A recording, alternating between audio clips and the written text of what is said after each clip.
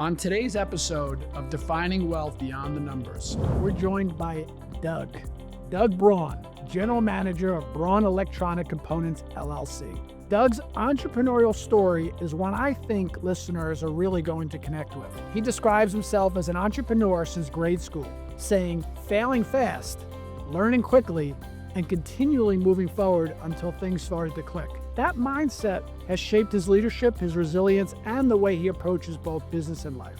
What stood out to me in our conversation is Doug's honesty about the trial and error nature of entrepreneurship and how these early lessons helped him grow into the role he holds today. His definition of wealth goes well beyond success metrics. It's about growth, grit, and building something meaningful over time.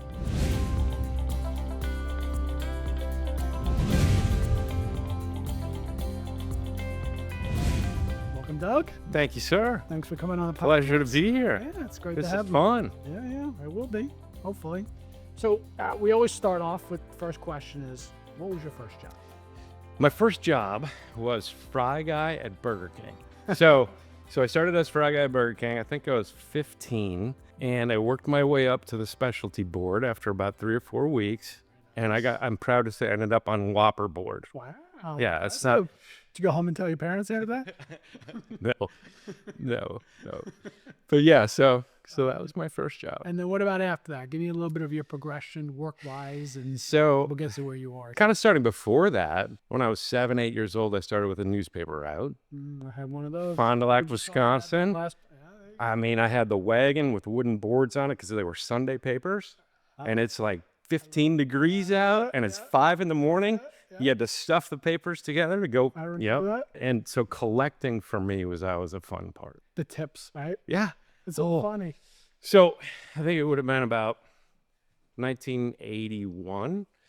Don't date yourself like that. And I went and I collected, and this woman, I swear to God, her name is Mrs. Nicewanger. She was my Cub Scout leader. She gave me 50 cents and said, do something fun. Don't buy socks. That was a lot back in those. She said, don't buy socks. But 50 cents is a lot back in those days. Well, minimum wage $3.25. But I sound like an old guy. Well, so then you're doing that, and then All right, so then I do that, do Burger King. After that, it was college. And throughout college, I put myself through college by working construction. So I would work on the 3rd story of apartment buildings. And back then, there's no nets, no nothing. You're walking on a 2x6 at 3 stories in the air, grabbing stuff off of cranes and getting them located and banging them down. So I did that through college. Wow. And that was pretty cool. What about starting your business, right? So you have your business now. Yep. Tell me a little bit about why you started it. How'd that work? So the business that I'm in right now is brokering computer chips, and it's a really niche business. And I got introduced to it from some people that had worked for another firm doing a similar thing. And then they all wanted to go it on their own. So I kind of brought some of the capital and a little bit of leadership because I was about 30 at the time. And those guys were just out of college, 22, 23. And so that came together in 1999. I ran that business with them as the sort of managing partner until 2005. And then I got bought out from that. So then enter commercial real estate. We're developing condominiums for businesses. And after 2008, that dried up and went away. So 2009, I restarted Braun Electronic Components, which is what I have And that's now. what it was before. It was not. It was Falcon Solutions in Atlanta with a couple of partners. Okay. Yeah. So now we're here, 2009. Started Braun Electronic Components, just me. Had an employee the next year, and now we're at about 15 employees. Wow, it's impressive. Here, or are they in Wisconsin? We have 4 in Nashville, Okay. and we've got about 11 or so in Sun Prairie, Wisconsin. How is that managing at a distance? It's interesting. Yeah. My philosophy with employees has always been, ever since my first experience with Falcon Solutions, when we had about 30 employees, and we were doing about a third of the revenue that Braun Electronic Components does.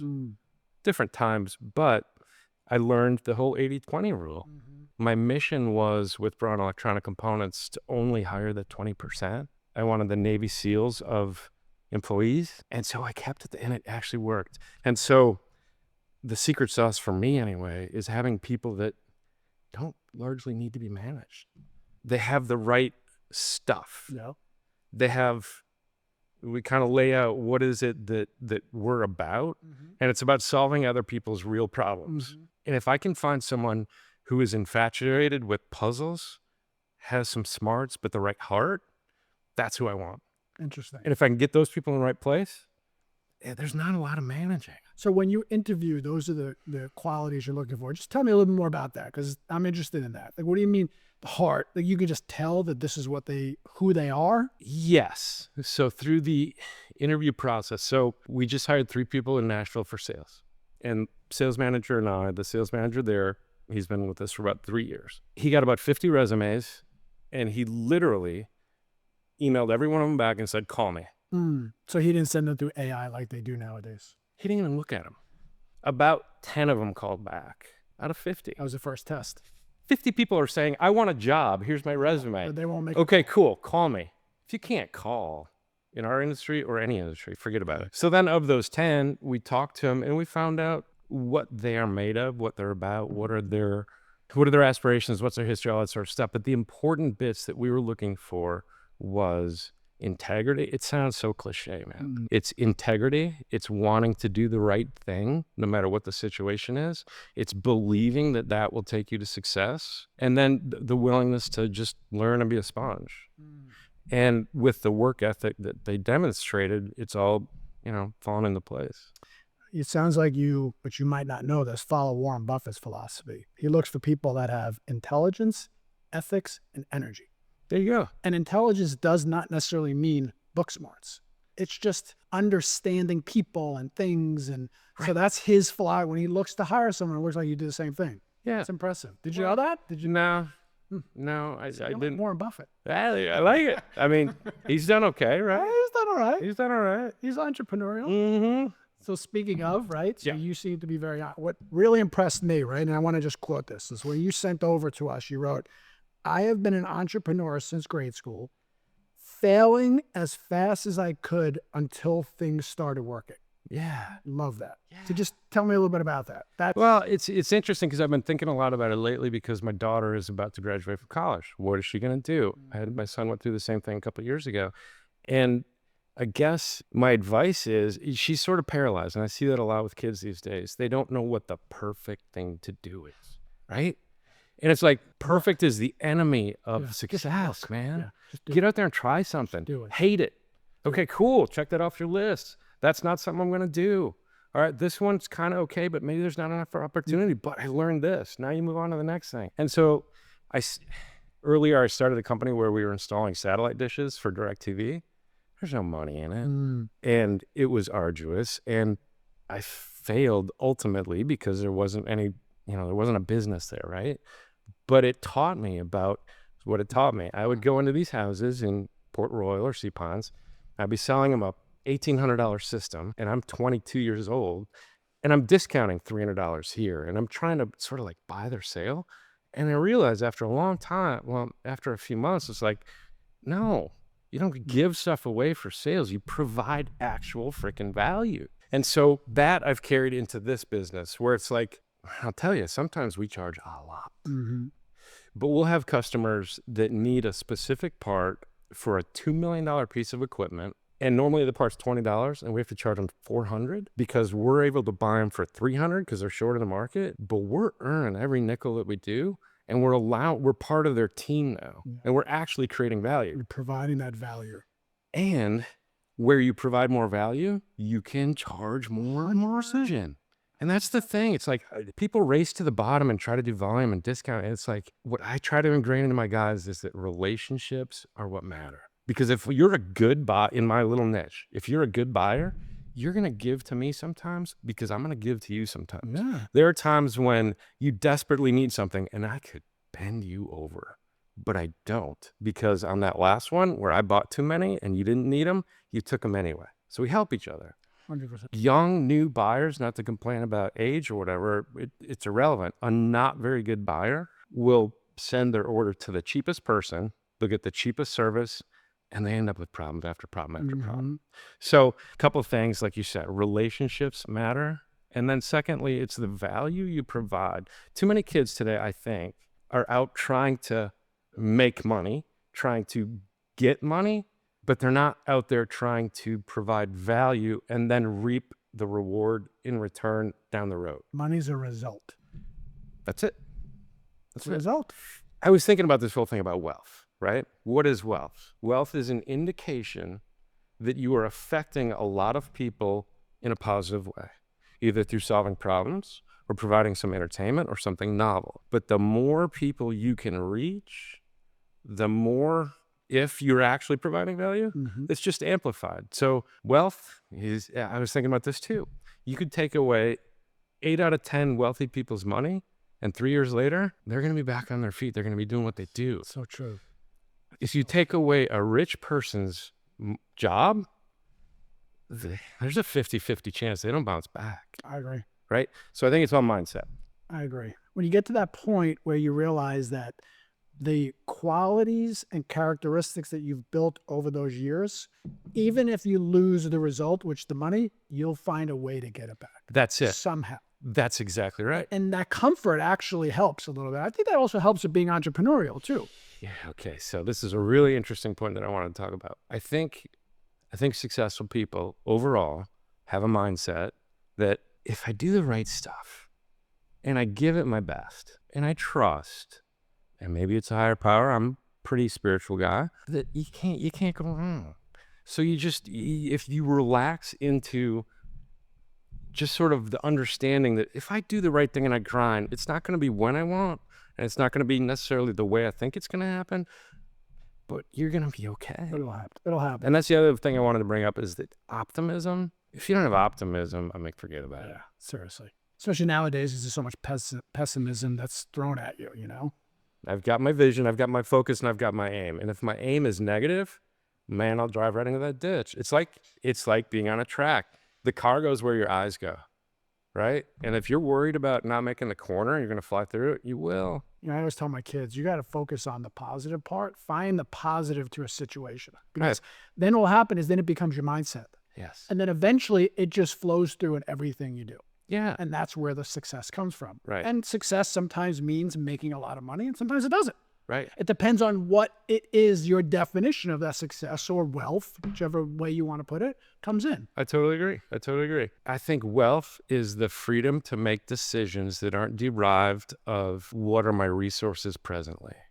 Does that make sense? It does. Yeah. Explain that a little bit more so people understand it. Yeah. So it's like, you know, when you're in a situation when I was coming up, like, you know, my wife and I got married when I was 21. We didn't have anything, right? And I would look at a neighbor that got a brand new Ford Escape. I'm like, how in the heck do they do that, right? How can they afford to do that, right? I don't know where I was going with that. But eventually, if you just keep your eye on the prize and instead of lamenting the fact that someone was able to do that, you look and you go, well, they could do it. Why can't I do it? 100%. And then you just kind of figure out a way. And so I was very fortunate too in that my father-in-law was very successful as an investor, as a private investor. And sort of seeing him develop that over time and seeing that it wasn't an 18-month thing. It's like back in my early 20s, again, we got married young. We got $5,000 as a gift for our wedding in the form of 3 stocks. American Power Conversion was one of them. Anyway, I started skipping class and started trading stocks. And so by the time I graduated from college, because I got married when I was still in college, I turned into $100,000. So I'm a genius. Wait a second. That's pretty impressive. Right? $5,000 into 100. It was in the early mid 90s when and it was before there was so much information. Yeah, it was all that stuff. Remember that. And then I shorted US robotics, and it went to the moon. So I tipped out, and I learned very quickly that trading stocks seems cool, and some people can do it, but long term, it's not a vehicle for me. So the long term aspect, 10 years, 20 years. That's something you can't know when you're a kid, and someone can tell you that 100 times over. You need to learn it. Yeah, but mentors can help limit the amount of mistakes you make, right? 100%. And I wish I had They can mentors. also help you with your aim, Yeah, so that you're just focused on the right stuff. 100%. Yeah. So it sounds, I don't know if your father-in-law was a mentor or you just 100%. learned from him. I've learned from him. He also ran a small business. I was able to understand from him. There's one specific story I remember. He was being bought out. He's a partner at his firm, and he was being bought out. And there was a decision as to whether or not they needed to invest in a new printing machine. And so at the time, I was naive thinking, the way to make money is to try to get like the best deal for yourself and like do stuff that's selfish and avoid situations if you possibly can legally, even though ethically it might. And his thing was, look, the company needs to go on. I'm not going to like preclude more capital from going in just because it would affect me positively, because the whole company needs to survive and grow. 100%. So those kind of lessons landed for sure. Yeah, the overall big picture. Yeah. So there's two components, and you brought it up before. There's cost and there's value. Right. I think people, when they focus on the cost only, wind up making wrong decisions, or maybe not the best decisions. But when you focus on the value, the rest of it just happens. I do So agree. focus on providing value, not just in business, that's important, Right. but in relationships, in the community, and all that. Right. 100%. Because and it's just like it's the golden rule. It's like if you can provide that value, you're gonna reap more than what you give. It's But you just need to natural. figure out that value first, You do. right? So what is the value? And sometimes it's what do you want from something? Yo, for How sure. would you do? And then you can reflect that or extrapolate that onto someone else. Right. So what is your definition of wealth? Building. Yeah. I love building things. I love Okay. building a business, building up relationships, building up my family, growing part. I hate sitting still.